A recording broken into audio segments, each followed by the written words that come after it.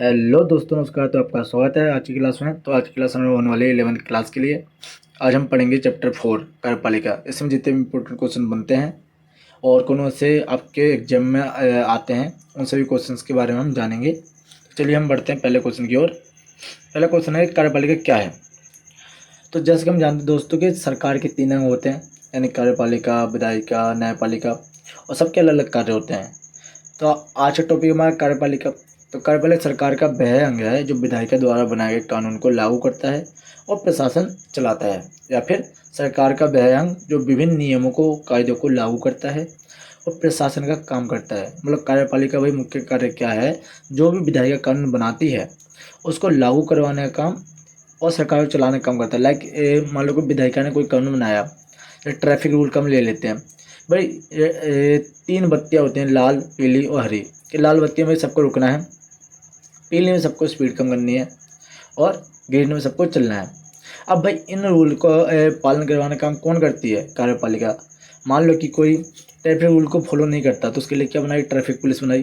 तो ये किसके अंतर्गत आती है, कार्यपालिका के अंतर्गत आती है। तो इस तरीके से कार्यपालिका पालन करवाती है विधायिका के कानूनों को। और जो कोई इन कानूनों को नहीं मानता, उनको दंड दिया जाता है या फिर जुर्माना भरना पड़ता है। तो अगला क्वेश्चन, और इसमें क्या होता है, एक चीज़ और कि कार्यपालिका में राष्ट्रपति, प्रधानमंत्री, मंत्रिपरिषद और प्रशासनिक अधिकारी शामिल होते हैं। तो ये सब कार्यपालिका के मुख्य तत्व मान लो, उसके मुख्य लोग, ठीक है, संस्थाएं मान सकते हो। तो अगला क्वेश्चन हमारा, कार्यपालिका क्या है। तो कार्यपालिका क्या है, राजनीतिक कार्यपालिका। भाई 2 प्रकार की होती है कार्यपालिका। अच्छा, सेम क्वेश्चन लिख दिया, मतलब कार्यपालिका प्रकार बताओ। कार्यपालिका 2 तरह की होती है दोस्तों। एक तो राजनीतिक कार्यपालिका, सरकार का प्रधान होता है इसमें, प्रधानमंत्री, और उसके मंत्रियों को राजनीतिक कार्यपालिका कहा जाता है। मतलब पीएम और पीएम के मंत्रियों को, यानी संसद के जो मंत्री होते हैं उनको राजनीतिक कार्यपालिका कहते हैं। और स्थायी कार्यपालिका क्या होती है, जो लोग रोज रोज के प्रशासन में के लिए उत्तरदायी होते हैं, उन्हें स्थायी कार्यपालिका कहते हैं। उसे नौकरशाह भी बोला जाता है। एक वर्ड आता है ना आपका, ये कई बार पेपर में पूछते हैं कि नौकरशाह या नौकरशाही से आपका क्या अभिप्राय है, तो वो भी क्वेश्चन नीचे आएगा। वैसे नौकरशाही का अभिप्राय होता है कि स्थायी रूप से जो कार्यपालिका में कार्य करते हैं, अधिकारी होते हैं, उन्हें नौकरशाह बोला जाता है। ठीक है। तो हम अगले क्वेश्चन में बढ़ते हैं। तो कार्यपालिका कार्य क्या है। तो कार्यपालिका, हम इतना तो पता लग गया कि भाई विधायिका द्वारा बनाए गए कानून को लागू करवाती है। मैंने ये बताया किस तरीके से लागू करवाती है। तो भाई कानून का क्रियान्वयन करना, मतलब जो भी कानून बनाती है उसको क्रियाविधि, मतलब चलाना, लागू करवाना। प्रशासन में संचालन करना और नीतियों को लागू करना, जो भी नीतियाँ बनाई जाती हैं उसको लागू करती है और प्रशासन को चलाती है। लाइक पुलिस हो गए या फिर ऑफिसर्स हो गए, और वो सब इसके अंतर्गत आते हैं। भाई विभागों में समन्वय, अधिकारियों की नियुक्ति और अनुशासन भी यही करती है। और देश की शांति व्यवस्था को बनाए रखती है। शांति व्यवस्था मतलब सुरक्षा इसके हाथ में ही होती है। ठीक है। आर्मी वगैरह, पुलिस वगैरह के जो स्थायी अधिकारी होते हैं वो इसी के अंतर्गत आते हैं। और नीति निर्माण में भाग लेना एवं कल्याणकारी योजनाओं का कार्यान्वयन करना, वो भी इसी के अंतर्गत होता है। और बजट तैयार करना और आर्थिक योजनाओं का क्रियान्वयन करना, वो भी कार्यपालिका ही करती है। तो ये तो कुछ कार्य थे उसके। अब भाई कार्यपालिका प्रकार कितने होते हैं भाई। और हमारे देश में देखो तो हमारे देश में संसदीय कार्यपालिका है, और कार्यपालिका के 3 प्रकार होते हैं, संसदीय कार्यपालिका, अर्ध अध्यक्षमत कार्यपालिका और अध्यक्षमत कार्यपालिका। अब भाई संसदीय कार्यपालिका क्या होती है कि शासन का प्रमुख प्रधानमंत्री होता है, और प्रधानमंत्री बहुमत दल का नेता भी होता है जो हमारे देश में है। और वह विधायिका के प्रति उत्तरदायी भी होता है, और देश का प्रधान या उपराष्ट्रपति के नाम से कार्य करता है। ठीक है। अब जो देश का प्रधान होता है, यानी पीएम होता है हमारे देश में, तो या फिर राष्ट्रपति के नाम से कार्य करता है। तो ये तो संसदीय कार्यपालिका जो हमारे देश में है। अब अध्यक्षात्मक कार्यपालिका क्या है कि राष्ट्रपति देश का प्रमुख होता है इसमें। ठीक है। और प्रधानमंत्री शासन का प्रमुख होता है, जबकि संसद में प्रधानमंत्री देश का प्रमुख माना जाता है। और प्रधानमंत्री शासन चलाने के प्रशासनिक निर्णयों के प्रति जवाबदेही होता है। ठीक है। और अगला अध्यक्षात्मक कार्यपालिका, मतलब राष्ट्रपति देश और शासन का प्रमुख होता है। राष्ट्रपति का चुनाव प्रत्यक्ष मतदान के द्वारा मतलब होता है। राष्ट्रपति विधायिका के प्रति जवाबदेही नहीं होता है। ठीक है। जवाबदेही मतलब है कोई भी कार्य होगा तो उसके लिए वो उत्तरदायी नहीं होगा विधायिका द्वारा। ठीक है। तो ये थी 3 प्रकार की कार्यपालिका। और क्वेश्चन आता है कि कार्यपालिका कितने प्रकार की होती है, तो आप ये 2 लिख सकते हैं, ये 3 लिख सकते हैं शॉर्ट पॉइंट में। और अगला है, तो दोस्तों सर जितने क्वेश्चन आ रहे हैं उसमें ज़्यादातर पेपर में पूछे जाते हैं, ठीक है। और ऐसा कोई क्वेश्चन नहीं छोड़ा है मैंने जो आपकी इस वाले चैप्टर में बनता हो।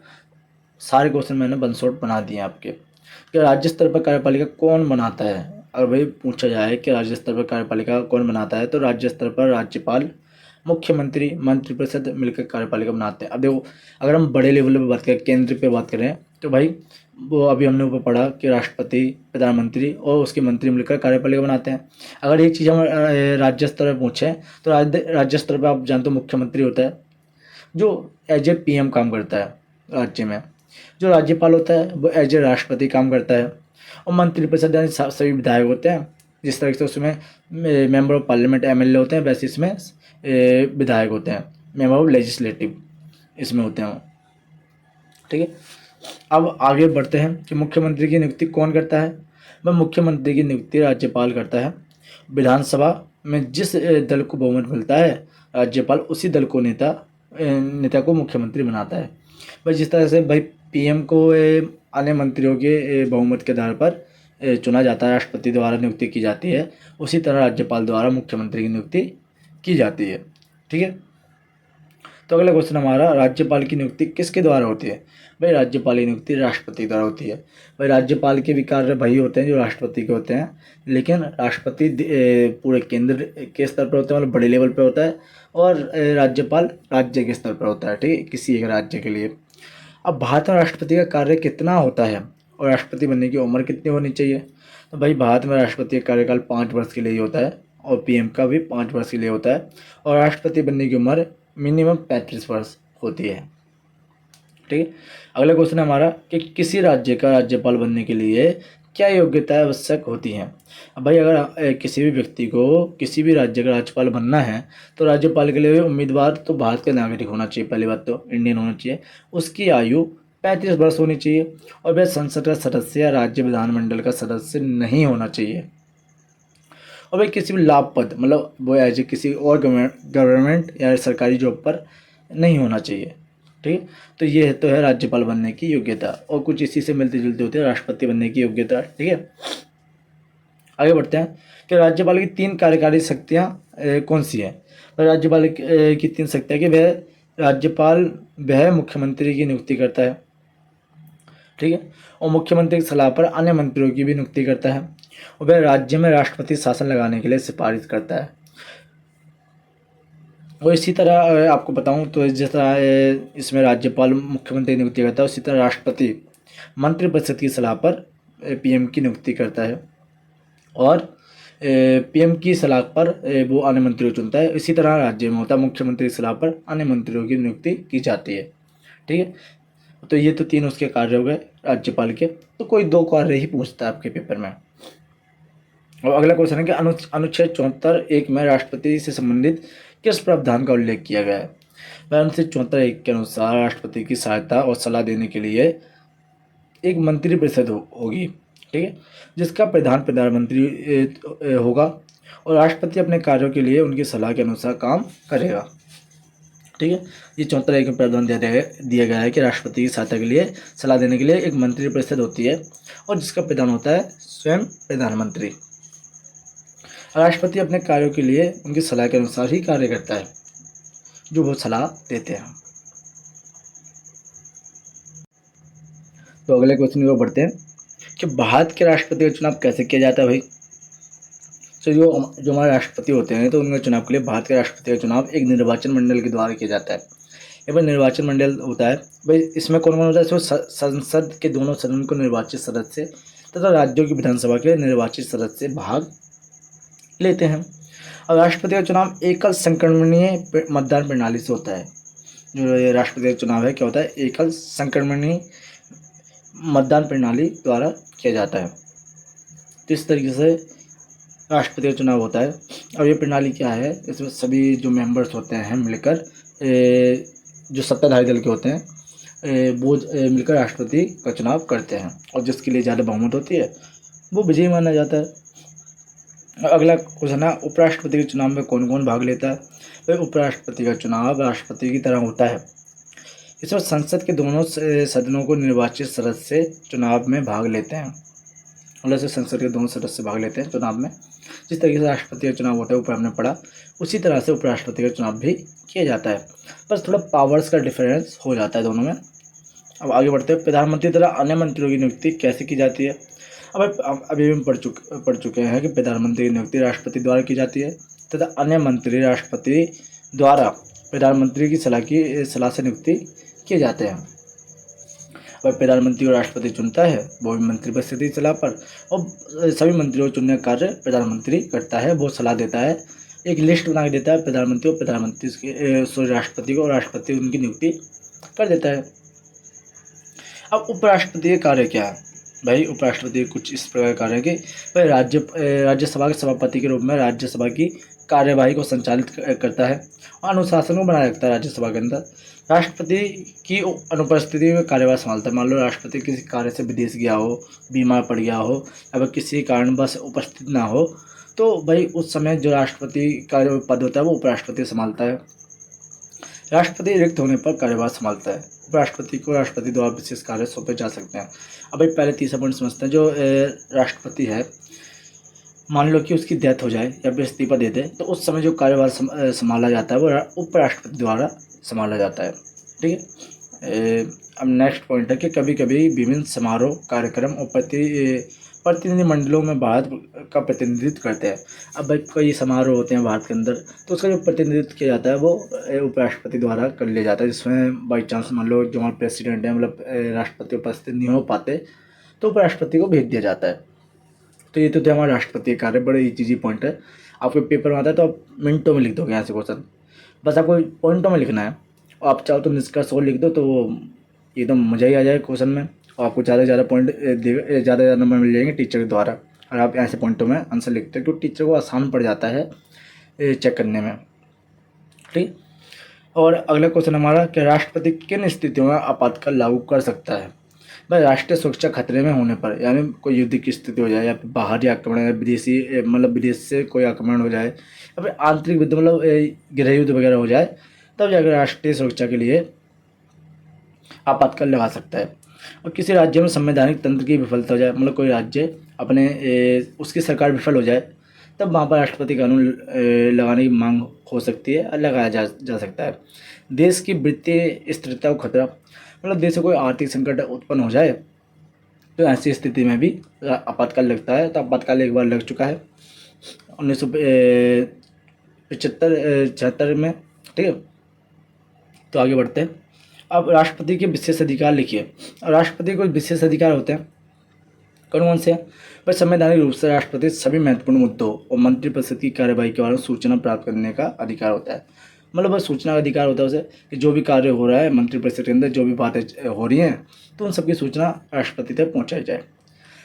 अब राष्ट्रपति प्रधानमंत्री मंत्रिपरिषद की सलाह को लौटा सकता है। अगर कोई सलाह द्वारा कोई विधेयक लागू किया जा रहा है तो उसे भाई लौटा सकता है। वो बोल सकता है पुनः इस पर विचार करो, और दोबारा से अगर उसको भेजा जाए तो वो मना नहीं करेगा उसे। अब राष्ट्रपति के पास एक पॉकेट वीटो होती है, मतलब इसका मतलब वीटो मतलब आप जानते हैं जिसका अर्थ होता है मना करना। भाई जिसका प्रयोग करके वह संसद द्वारा पारित जो विधेयक मतलब कानून पर स्वीकृति देने से विलंब कर सकता है, कई बार मना भी कर सकता है। बस धन विधेयक को छोड़कर बाकी वो कुछ बाकी विधेयक पर ये शक्ति का यूज कर सकता है। धन विधेयक क्योंकि उसके लिए मना करने की कोई अनुमति नहीं होती राष्ट्रपति को। अब आगे राष्ट्रपति प्रधानमंत्री की नियुक्ति करता है, ये भी उसकी पावर है। राष्ट्रपति विधेयक पर हस्ताक्षर साइन करके देता है। जो कानून लागू होता है, नया चेंजेस होते हैं किसी भी कानून में, तो उसी के साइन लगते हैं किसके, राष्ट्रपति के, क्योंकि वो हमारे देश का पहला नागरिक होता है इसीलिए। अब भाई प्रधानमंत्री की शक्ति या कार्य बताओ। भाई प्रधानमंत्री क्या शक्ति है कार्य में सरकार का प्रमुख होता है, मैन होता है। हमारे इंडिया की बात कर रहे हैं, इंडिया के जो हमारे संसदीय प्रणाली है। अब मंत्रिपरिषद का गठन करता है और मंत्रियों की नियुक्ति राष्ट्रपति के सुझाव देकर करवाता है। ठीक है। मतलब मंत्रिपरिषद की नियुक्ति करता है। मंत्रियों को पद से हटाने यानी निष्कासित करने का अधिकार भी प्रधानमंत्री के पास होता है। राष्ट्रपति का मुख्य सलाहकार होता है।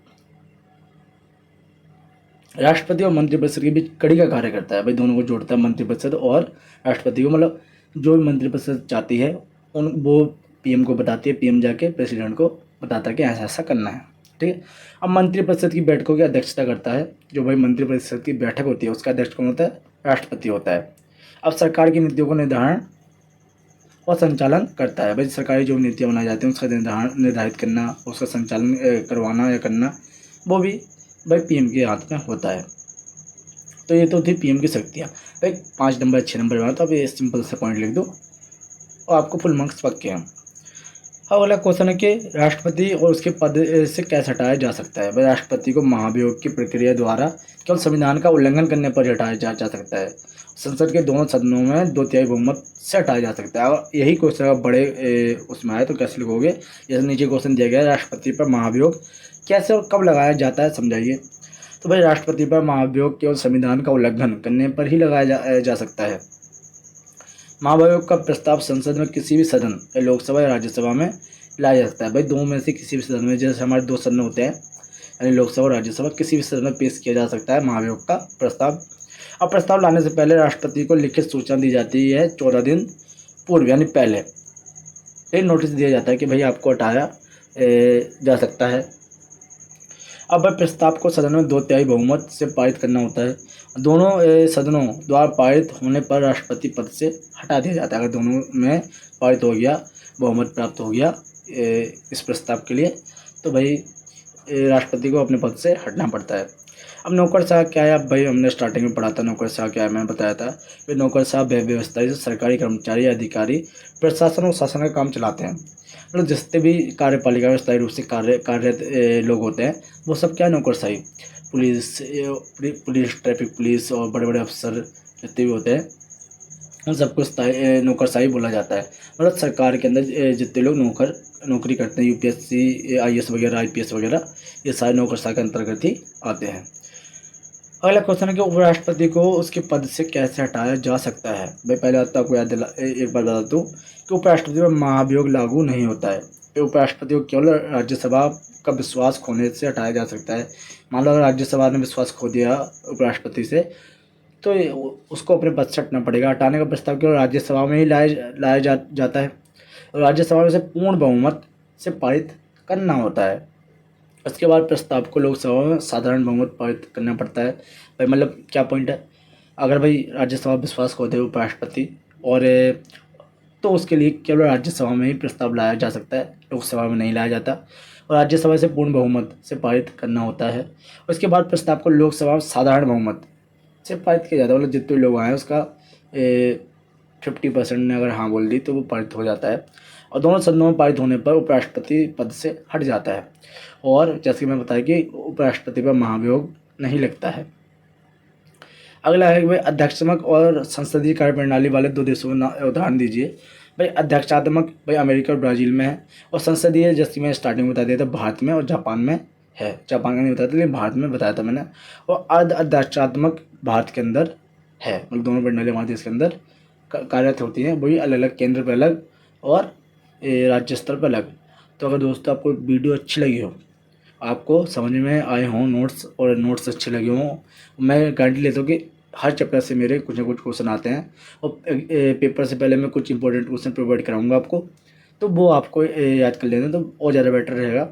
अच्छा लगे तो चैनल को सब्सक्राइब कर दो और अपने दोस्तों में शेयर कर दो ताकि आपके दोस्तों की हेल्प हो सके। तो धन्यवाद, मिलते हैं आपको नेक्स्ट वीडियो में।